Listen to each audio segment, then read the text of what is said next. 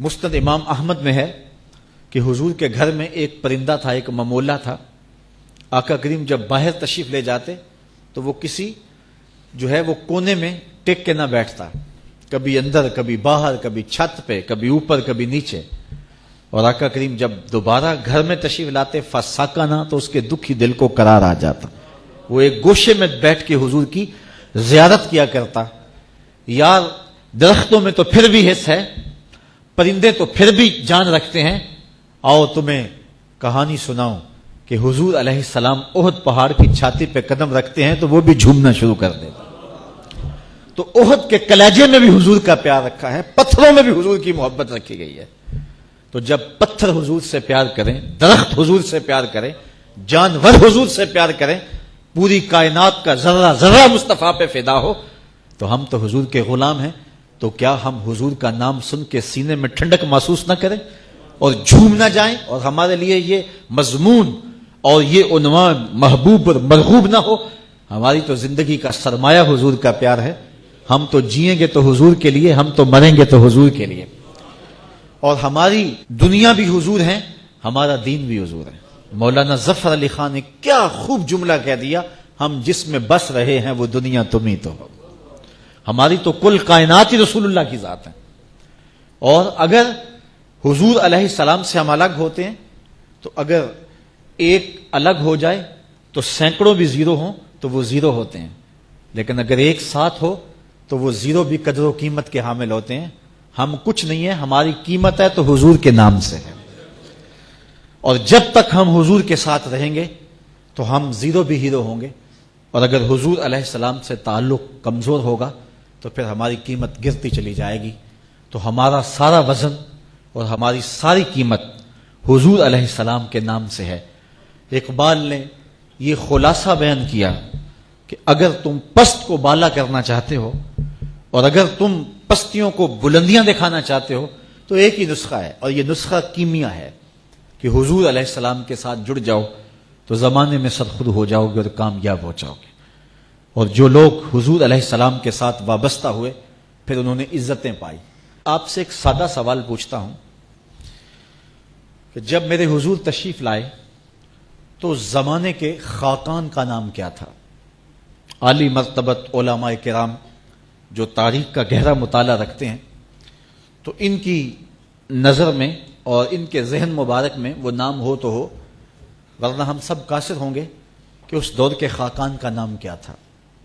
اگر میں پوچھوں کہ اس دور کے کیسر کا نام کیا تھا تو اس کا جواب بھی مشکل ہوگا. علماء کرام کے علاوہ جواب دینا ہمارے بس میں نہیں ہوگا. اگر میں کہوں کہ اس دور کے کسرا کا نام کیا تھا تو بہت تھوڑے لوگ جانتے ہوں گے. یہ اس دور کا اوباما تھا. لیکن اس حال میں اور اوپر دو حالوں میں اور اس سے پچھلے حال میں اور باہر تاحد نظر لوگ جو بیٹھے ہیں تو شاید انگلیوں پہ گنے جا سکیں جو بتائیں کہ اس دور کے کسرا کا نام کیا تھا، جبکہ اس دور کا جو ہے وہ اوباما تھا. لیکن میں اگر یہ سوال کروں کہ مجھے بتاؤ کہ میرے رسول کے مؤذن کا نام کیا تھا، تو ایک ایک بچہ اٹھ کے بلال حبشی کے نام کا نعرہ لگائے گا کہ نہیں لگائے گا؟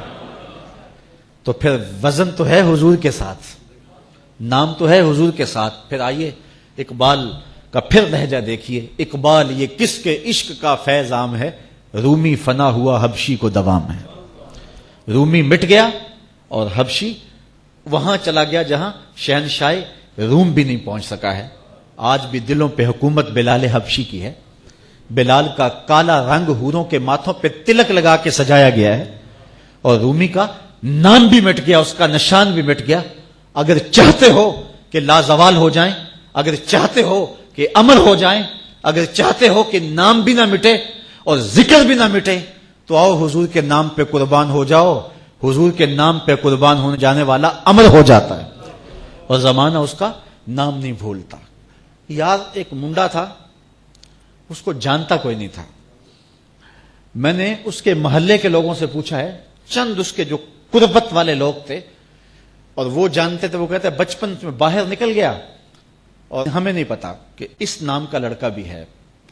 لیکن پھر ایک دن آیا کہ ہر شخص کا رخ ڈھوک کشمیریاں کی جانب تھا، اور میں نے خود اپنی آنکھوں سے دیکھا کہ عامر چیمہ کی گلی کے اندر اتنے گلدستے پڑے ہوئے تھے کہ گزرنے کی جگہ نہیں تھی، اور جس نے اس کو دیکھا تھا شک پڑا کہ میں نے اس کو دیکھا ہوا ہے، وہ بھی چھاتی تان کے کہتا تھا ہاں میں اس کا یار ہوں۔ یار اسے تو کوئی جانتا نہیں تھا، لیکن زمانہ اس کا یار بن رہا ہے، اور لوگ جو اس کے والد سے دور کی شناسائی رکھتے ہیں وہ بھی کہتے ہیں جی میرے بڑے پرانے تعلقات ہیں، یہ تعلقات کیسے جاگے اور یہ کس طرح شناسائی ہوئی؟ یہ صرف ایک ہی نام ہے، اور وہ نام ہے میرے محمد عربی صلی اللہ علیہ وسلم کا۔ اللہ اکبر یا رسول اللہ۔ نہیں تو لاہور کے کوچائے چابک سواراں کی کہانی سن لو۔ بیٹا لوہاروں کا ہے اور دکان پہ ٹھک ٹھک کرتا ہے، اور اسے کوئی گلی میں بھی نہیں جانتا، اور پھر ایک دن آیا وہ زمانے کے سینوں کے اندر دھک دھک کرنے لگا۔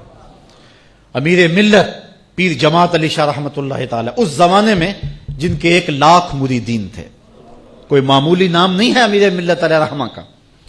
امیر ملت جنازے میں شامل ہوئے، غازی علم الدین لوگوں کے کندھوں پہ جا رہا تھا، اور امیر ملت کی آنکھوں میں آنسو تھے، اور کہنے لگے لوگوں میں نے بڑے بڑے بادشاہوں کی کہانیاں سنی ہیں، میرے دل میں کبھی امنگ نہیں جاگی کہ میں فلاں بادشاہ ہوتا، فقیر خود شہنشاہ ہوتا ہے۔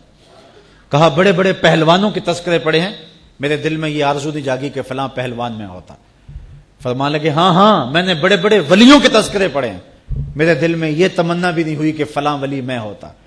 آج میرے دل میں رہ رہ کے خیال آ رہا ہے کاش آج اس چارپائی پہ میں ہوتا۔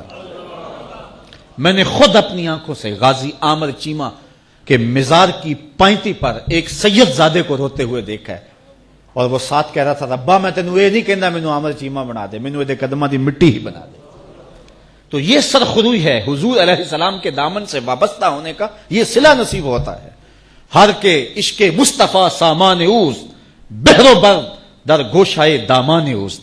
اقبال کہتا ہے کہ اگر حضور کا عشق سامان زندگی بن جائے پھر کیا بھوک رہ جاتی ہے بندے کو، پھر بحر و بر اس کے دامن کے کونے میں بندھے ہوئے ہوتے ہیں، اور دنیا اس کے پیچھے پیچھے ہوتی ہے، اور وہ نظر اٹھا کے بھی نہیں دیکھتا۔ اگر حضور کے غلام بن جاؤ گے ساری کائنات تمہاری ہو جائے گی۔